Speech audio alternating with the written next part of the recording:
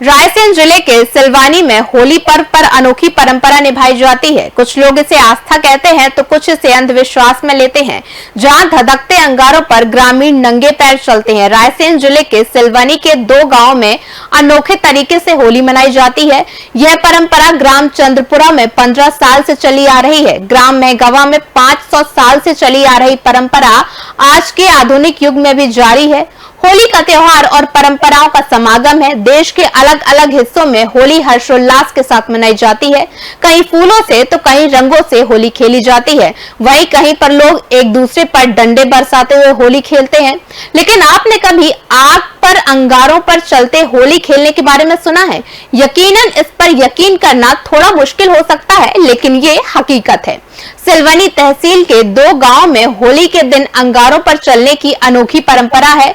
अब इसे आस्था कह लें या अंधविश्वास कहें, लोगों का मानना है कि ग्रामीण प्राकृतिक आपदाएं और बीमारियों से दूर रहते हैं। आस्था व श्रद्धा के कारण ग्रामीण धधकते हुए अंगारों पर नंगे पैर चलते हैं। ग्रामीणों की आस्था का आलम यह है कि नाबालिग बच्चों से लेकर महिलाएं बुजुर्ग तक अंगारों पर नंगे पैर चलते हैं। सभी ग्रामीण बारी बारी से आग पर चलकर ये परंपरा निभाते हैं। धार्मिक आयोजन है, कई वर्षों से हो रहा है इस चंद्रपुरा ग्राम में। इसमें कई लोग अपनी अपनी मनोकामनाएं पूर्ण करते हैं और इस कार्यक्रम का लक्ष्य ये है कि जितने भी आस्था वाले लोग रहते हैं वो धर्म पे आस्था बढ़ाते हैं। विशेष करके ये है अधर्म पे धर्म की जीत, असत्यता पे सत्यता की जीत। इस कार्यक्रम का मेन लक्ष्य ये रहता है, ये चंद्रपुरा ग्राम में हो रहा है कि हमारे नगर में, क्षेत्र में किसी भी प्रकार का कोई हानि, कोई नुकसान नहीं होता है। इस कार्यक्रम में लोग आते हैं तो इससे आशाएं बनती है कि हमारे घर में कोई, हमारे परिवार में कोई कष्ट ना आए 1 साल के लिए। ऐसे कार्यक्रम इसीलिए कराए जाते हैं और लोग भक्ति से, श्रद्धा से करते रहते हैं।